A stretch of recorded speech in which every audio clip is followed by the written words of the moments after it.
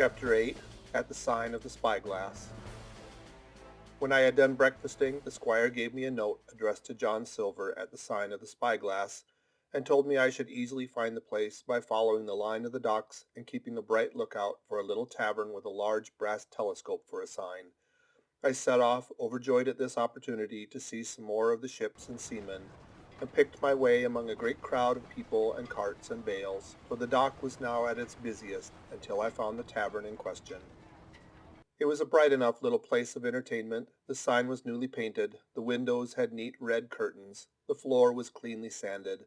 There was a street on each side and an open door on both, which made the large, low room pretty clear to see in spite of the clouds of tobacco smoke. The customers were mostly seafaring men, and they talked so loudly that I hung at the door, almost afraid to enter. As I waited, a man came out of a side room, and at a glance I was sure he must be Long John. His left leg was cut off close by the hip, and under the left shoulder he carried a crutch, which he managed with wonderful dexterity, hopping about upon it like a bird.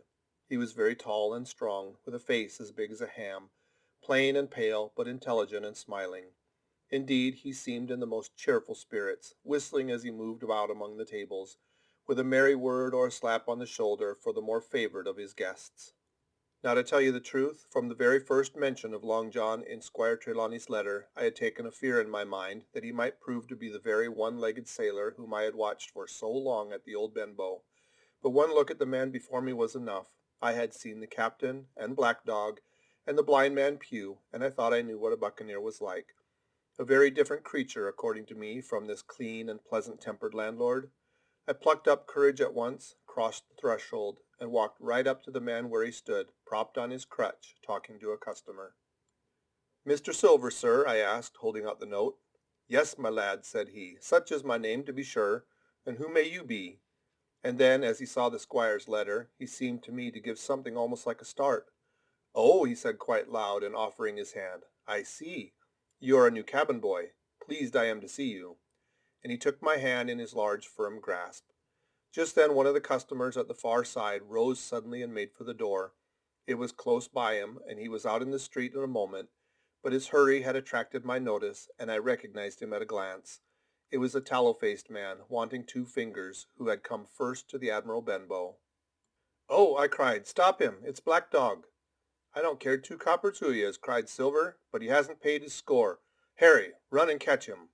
One of the others who was nearest the door leaped up and started in pursuit. "If he were Admiral Hawke, he shall pay his score," cried Silver, and then, relinquishing my hand, "Who did you say he was?" he asked. "Black what?" "Dog, sir," said I. "Has Mr. Trelawney not told you of the buccaneers? He was one of them."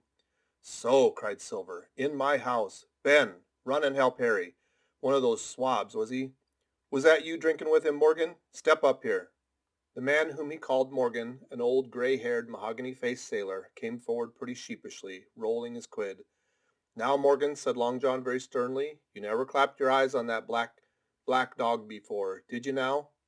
"Not I, sir," said Morgan with a salute. "You didn't know his name, did you?" "No, sir." "By the powers, Tom Morgan, it's as good for you," exclaimed the landlord.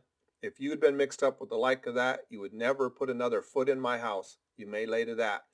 And what was he saying to you?" "I don't rightly know, sir," answered Morgan. "Do you call that a head on your shoulders or a blessed dead-eye?" cried Long John.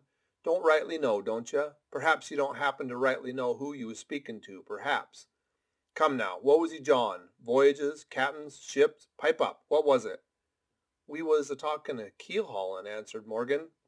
"Keel-hauling, was ya? And a mighty suitable thing, too, and you may lay to that. Get back to your place for a lubber, Tom." And then, as Morgan rolled back to his seat, Silver added to me in a confidential whisper that was very flattering, as I thought, "He's quite an honest man, Tom Morgan, only stupid. And now," he ran on again aloud, "let's see, Black Dog? No, I don't know the name, not I. Yet I kind of think yes, I've seen the swab. He used to come here with a blind beggar he used." "That he did, you may be sure," said I. "I knew that blind man, too. His name was Pew." "It was," cried Silver, now quite excited. "Pew. That were his name for certain. Ah, he looked a shark, did he? If we run down this Black Dog, now there'll be news for Captain Trelawney. Ben's a good runner. Few seamen run better than Ben. He should run him down hand over hand by the powers. He talked to keel hauling, did he? I'll keel haul him." All the time he was jerking out these phrases, he was stumping up and down the tavern on his crutch, slapping tables with his hand, and giving such a show of excitement as would have convinced an Old Bailey judge or a Bow Street runner.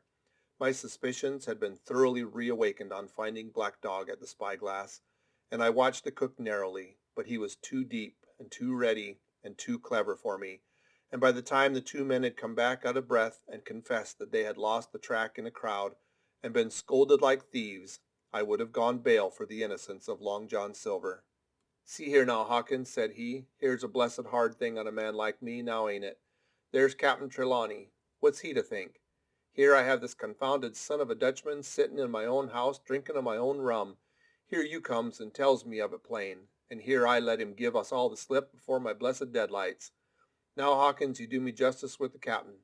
You're a lad you are, but you're as smart as paint. I see that when you first come in. Now here it is. What could I do with this old timber I hobble on? When I was an A.B. Master Mariner, I'd have come up alongside of him, hand over hand, and broached him into a brace of old shakes, I would. But now—" And then all of a sudden he stopped and his jaw dropped as though he'd remembered something.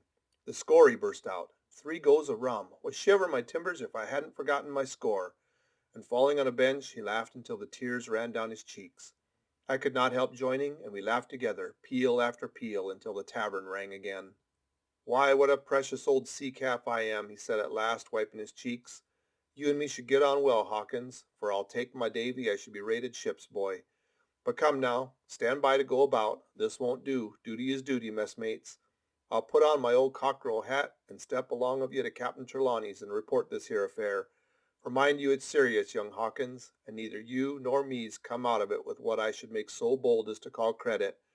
Nor you neither, says you, not smart, none of the pair of us smart, but dash my buttons, that's a good un about my score." And he began to laugh again, and that so heartily that though I did not see the joke as he did, I was again obliged to join him in his mirth.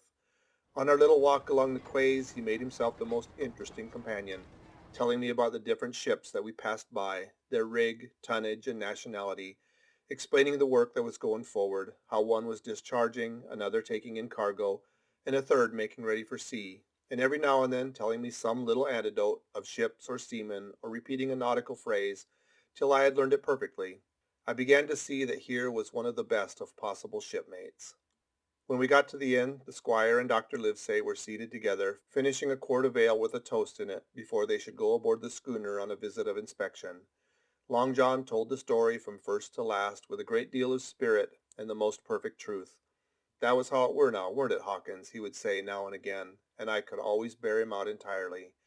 The two gentlemen regretted that Black Dog had got away, but we all agreed there was nothing to be done, and after he had been complimented, Long John took up his crutch and departed. "All hands aboard by 4 this afternoon," shouted the squire after him. "Aye, aye, sir," cried the cook in the passage.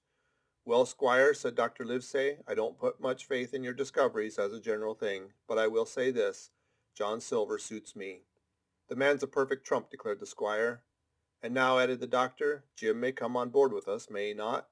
"To be sure he may," says squire. "Take your hat, Hawkins, and we'll see the ship." End of chapter 8.